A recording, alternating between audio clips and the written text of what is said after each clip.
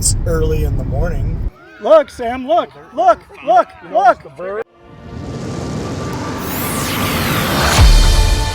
The week before the eclipse was chaos, as all the equipment and filters that I had collected were put to the test. I've been so busy in life, and why you really haven't seen many videos come out of the channel for a while. So with the proverbial gun to my head, I sprung into action to try to get all of it together in time for the eclipse. I started out with an awful cardboard and mylar filter. Besides being janky, it didn't even fit on the dang lens as it stated it would. Luckily, last minute I overpaid on B&H for a high-end filter and had it 2-day delivered. There was also a bit of a learning curve with the star tracker. The instructions were very basic and I had to jump on a bunch of YouTube videos to figure it out. Luckily, I was able to finally have it track the sun the day before our trip. Better late than never. In all reality, if I had the time, I would have spent another week practicing, but I don't have that luxury. So the day after I recorded this video, I was out the door with my daughter to Dallas, Texas.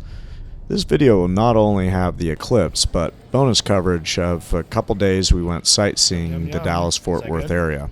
Oh, and you'll also get to see a beautiful mystery location where we ultimately decided on watching the eclipse.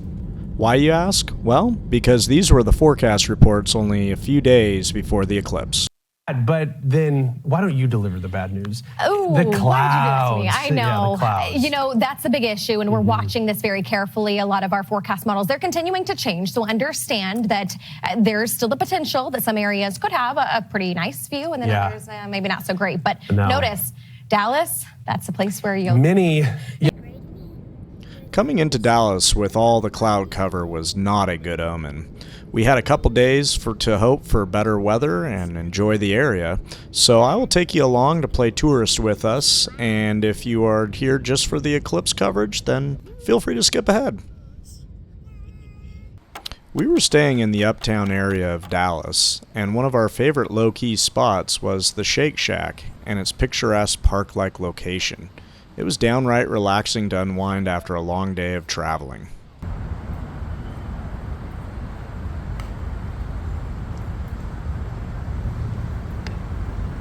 Closer to you a little bit. Okay, you're good. Oh my God. Well, we kept the park theme going into the evening by walking to the fabulous Klyde Warren Park, a true pinnacle of urban green space that spans over 5 acres, built over the Woodall Rogers Freeway. The design, construction, and wonderful results could be an entire video in its own right. It's truly a vibrant hub of community activity with events and an amazing children's park that we thoroughly enjoyed. There's so much more amenities like performance stage, restaurants, walking trails, a dog park, and areas for games and outdoor activities. Our time was limited as we had tickets for the last elevator to Reunion Tower. The 561-foot tower, also known as the Ball by locals, was built in 1978. It is known for its unique geodesic sphere, which is illuminated by over 250 LED lights. For tourists like us, it offers a 365-degree view of Dallas from its observation deck known as the Geodeck. The views are fantastic and worth a trip, even though the line to get up on the elevator was long. Well, after a long day of traveling and sightseeing, we had finally finished day one. The next day, we wanted to take a glimpse into the American West by going to the Fort Worth Stockyards. The historic district is bustling with activities and heritage. It is known as the last standing stockyards in the United States. There's a ton of nostalgia and plenty of shops and restaurants for you to peruse. Visitors can also witness the world's only twice-daily Longhorn Cattle Drive, a tradition that vividly recalls the days of old cattle drives. The stockyards were officially established in 1866 due to its location on the famous Chisholm Trail. It grew further with the arrival of the Texas and Pacific Railway in 1876. Then, in 1902, major meat packing plants were built making Fort Worth the epicenter for livestock traders and cattlemen from all over the Southwest. This carried on until the aftermath of World War II, when changes in transportation and livestock handling led to the gradual decline. Is it too big? Since I was here with my daughter, we partook in some shopping at the local stores in the stockyards. It was a lot of fun for her to experience the Western culture. After the Longhorns and shopping, we were starving. The Dallas-Fort Worth area is renowned for its vibrant barbecue scene, featuring a diverse array of joints ranging from traditional Texas smokehouses to innovative spots blending classic techniques with new flavors. We decided on trying a smaller, well-reviewed spot on our way back to Dallas. The Patriotic Pig was definitely authentic.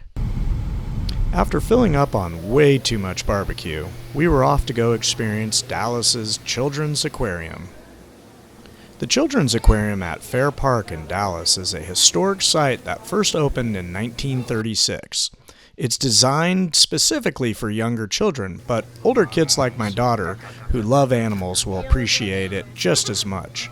The aquarium features interactive zones and exhibits like the Freshwater Zone, Intertidal Zone, and Stingray Bay, where kids can engage directly with various marine life. Axolotls was one of the main reasons for us choosing the Children's Aquarium over the larger Dallas World Aquarium. My daughter is crazy over the rare and unique axolotls. They are a type of salamander native to the lakes underlying Mexico City. They are known for their ability to regenerate lost body parts, including limbs, organs, and even parts of their brain. Axolotls have a wide variety of color variations, and their fascinating biology makes them a popular subject of scientific research, as well as a beloved exotic pet. Stingray Bay allows visitors to interact closely with marine life, specifically stingrays. Guests can observe species like the southern stingray, zebra sharks, and bonehead sharks, but the real attraction is the opportunity to feed and touch the cow-nose rays. Their interactive exhibit is designed to be educational and engaging, particularly for children, offering them literally hands-on experience with these fascinating sea creatures. It was hilarious that my daughter was hesitant to pet them at first, but then once she realized they were harmless, she felt the need to pet them all.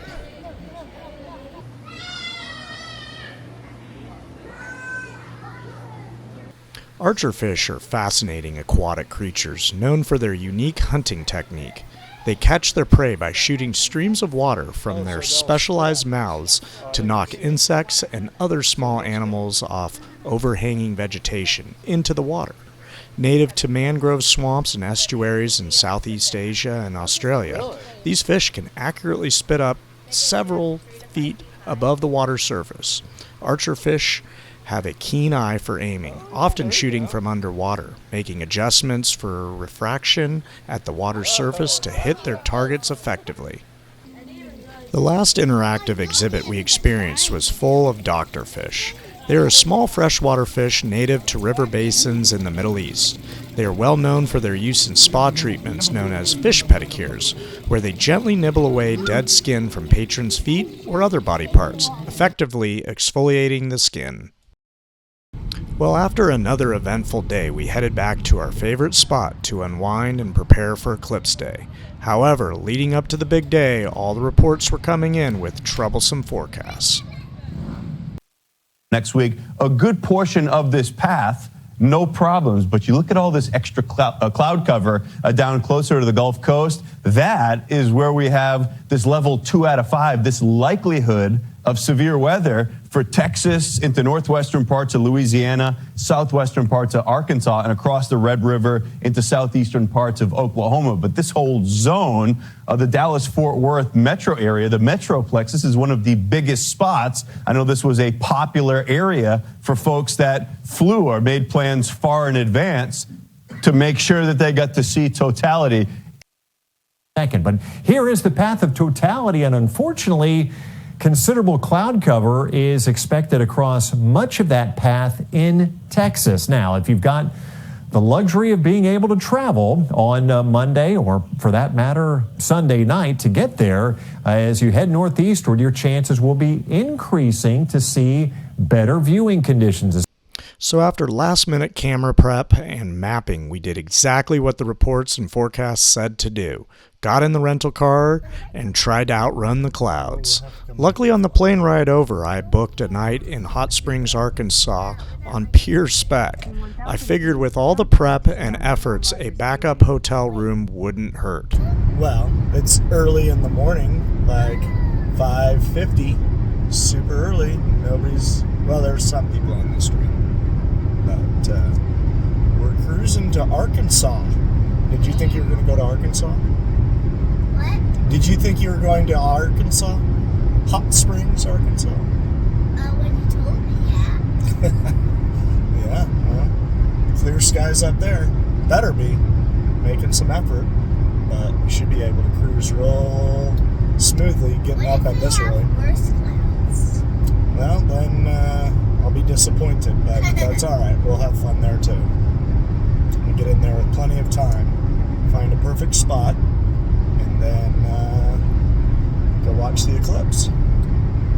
Welcome to Arkansas. I left nothing to chance by getting up at the crack of dawn to ensure I wouldn't be stuck in traffic. My poor daughter, a few hours into the 5-hour trip, crashed out hard. Now, my overlanding friends know me for my contingency plans and mapping abilities. For weeks, I've been mapping and pinpointing locations throughout the surrounding area of Dallas. On the plane over, I changed gears to Hot Springs and mapped out parks and open areas. Luckily, the first option had an astronomy group from Illinois with big scopes. I knew immediately that I had found our spot. Some hardware here. Got the partial up there.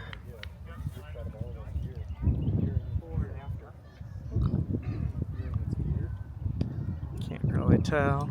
A little bit of cloud cover, but what are you going to do? And sure enough, the eclipse was underway, and after first glance, I thought I had dust on my sensor, but my camera was actually picking up sunspots. I was super pumped. We got something coming in. Let's take a look. No, I just I stopped transmitting. So now I'm listening to these Okay. things. So, these are all little pinholes, sort of, right? Yeah. So, this bird is that bird, the school I teach for. Ah, cool. And if you look... How are you helping? Good call. I agree. I'm going to remember that. My students are going to laugh at that. There we go. See, look, they're all little crescents now. Let's see. Oh yeah, look at that, Sam. You see it? So if we go stand under a tree, when you stand under a tree during regular daytime, you see all the little spots of light moving around? Those are teeny tiny images of the sun. So if we go stand under a tree and look now, you're going to see little teeny tiny crescents moving around. Because the leaves up there are making little pinholes and projecting on the ground. Isn't that cool? So you do science? I teach physics and astronomy, actually. Oh, perfect. At Minnesota West Community and Technical College. Yeah. Oh, that's great. So we are the Blue Jays. Yes. So my Star Tracker was tracking, and Canon's Bluetooth app allowed me to take shots remotely. So far, so good with the various eclipse shots. That's my setup right there. Canon 100 to 500 is doing great, catching some sunspots. And these were a couple of the shots where you can see a bit of the cloud interference. About 5 minutes till totality. 5 minutes.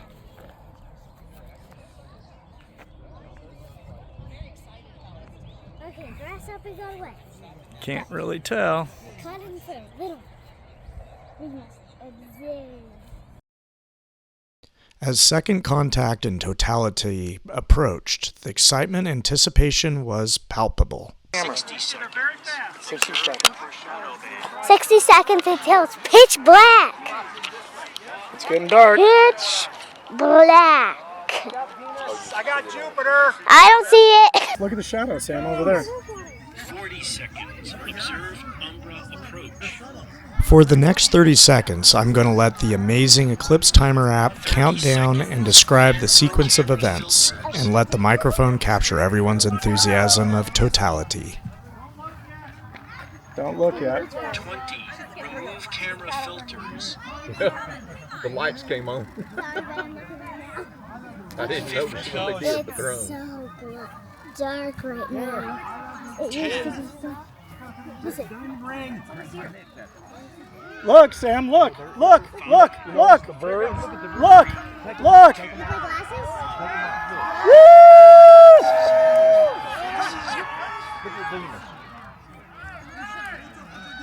Whoa! Pretty. Look at Venus. Look how bright Venus looks. So planty, Randy. Oh my God. There and there. Eclipse and there. The diamond ring shots capture the spectacle of a major celestial event that we won't see in the United States for another 20 years. That is amazing. Woo! Sam, look at me. Smile. Sam, look at me.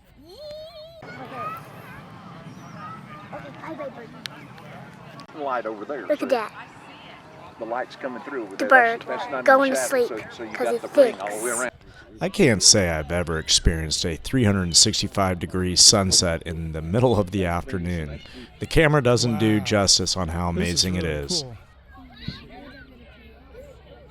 Chain in. Hold on. Get ready for glasses. What's 10 seconds? There it goes. Here it comes. Here it comes. Look. It does the diamond. Yeah, there's the diamond. Look at it. Glasses on. Wow. Put your glasses on.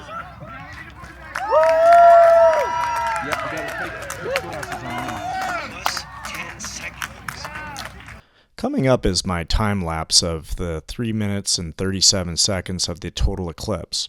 While that rolls into the other side of the eclipse, a few observations. First off, this is absolutely a bucket list experience for anyone who remotely appreciates photography or astronomy. Second, in totality, my daughter thought it would be like midnight dark, and I didn't really know what to expect, but it wasn't as dark as we both thought it would be. It's getting light again. Third, as you can see in this clip, the lighting in the partial eclipse phases seems like the sun has a polarized glasses on. Furthermore, you definitely feel the temperature changes as well. Fourth, having a backup and contingency plan is key for success on eclipse day. I had fun figuring out options, as you will see. Sometimes plan B ends up being better than plan A. The end of the video will be showing you how much we lucked out in picking an amazing place in Hot Springs, Arkansas. A lovely local couple also gave us a tour and steered us to the next animal exhibit for my daughter and I to enjoy. After the stingrays, we were excited to experience the Arkansas Alligator Farm and Petting Zoo. This unique family attraction has been in operation since 1902. The privately owned zoo features a variety of alligators and other animals. Visitors can experience live alligator feeding shows and even have the opportunity to feed and hold baby alligators themselves. The farm also includes a small museum with a collection of mounted alligators and offers interactive experiences such as petting and feeding various other animals. We gotta make sure the seeds are on that side. That's true. Because if they're up there or over here, it gets in the floor. And then it causes this more. No bueno. We don't, no bueno. We don't want it. Touch it. Touch it.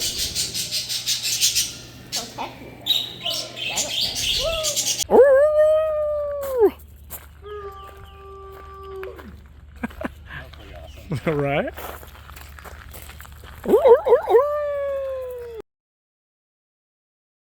Hot Springs has a rich baseball heritage and earned the nickname the birthplace of spring training.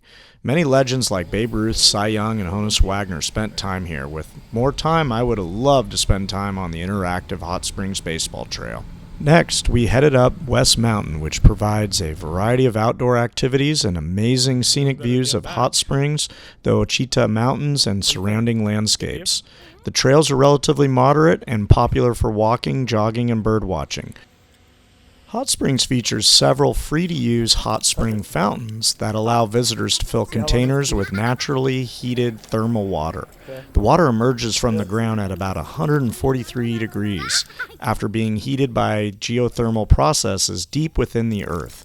These unique fountains serve as a reminder of the city's long-standing relationship with geothermal springs. That relationship and the popularity of the springs grew as the bathhouses and hotels were built to cater to tourists. This led to the formal establishment of Hot Springs National Park in 1921. Bathhouse Row is a historic collection of 8 bathhouses that exemplify the city's long-standing tradition as a spa and wellness destination. Here's an overview of the notable bathhouses. Lamar Bathhouse was built in 1923. It's now the Bathhouse Row Emporium, the National Park's gift shop. Buckstaff Bathhouse was opened in 1912. It's the only bathhouse that has continuously offered traditional spa services since its inception.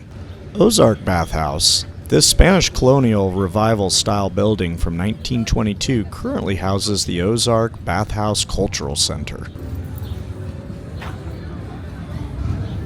Quapaw Bathhouse, originally opened in 1922 and recently renovated, it now provides modern spa services including thermal pools and private baths. Right now. Fordyce Bathhouse, built in 1915 and restored in the 1980s. It now serves as the Hot Springs National Park Visitor Center and Museum. Ooh, look at that. Look. The entrance to the Grand Promenade was great excuse for a quick detour from the bathhouses. The Grand Promenade is a scenic walkway located behind Bathhouse Row. Constructed in the 1930s and completed in the 1950s, it provides visitors with a peaceful and picturesque route through the park. That's natural. Display Spring is one of the notable thermal springs. This spring provides visitors with a visible, natural example of the thermal waters that have made hot springs famous. The water temperature at Display Springs remains consistently high, around 143 degrees, as it emerges from deep underground after being heated through the geothermal processes. The spring serves as an educational exhibit, allowing visitors to see the mineral-rich thermal water in its natural state, while learning about the unique geological processes that created it.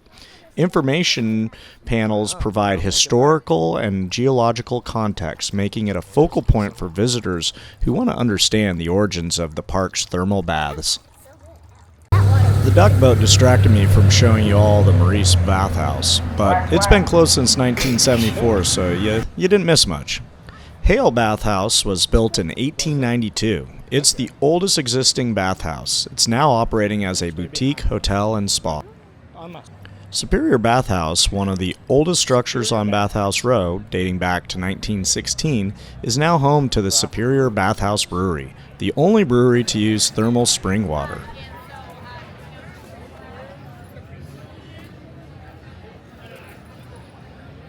The Arlington Resort Hotel and Spa is a historic landmark and the largest hotel in Hot Springs. Originally built in 1875, it has undergone several reconstructions over the years. The current structure, which opened in 1924, is the third version and is notable for its Spanish colonial revival architecture. After a crazy long day, we squeezed into a packed pizza joint and enjoyed a well-earned meal. The much-anticipated storm did arrive that evening and made for an interesting 5-hour trip back to the Dallas airport. And what a trip it was. I will be back posting my typical off-road adventures, but if you enjoyed this video, then be sure to give it a like and subscribe to all future content. Until then, be sure to get out and explore that backcountry.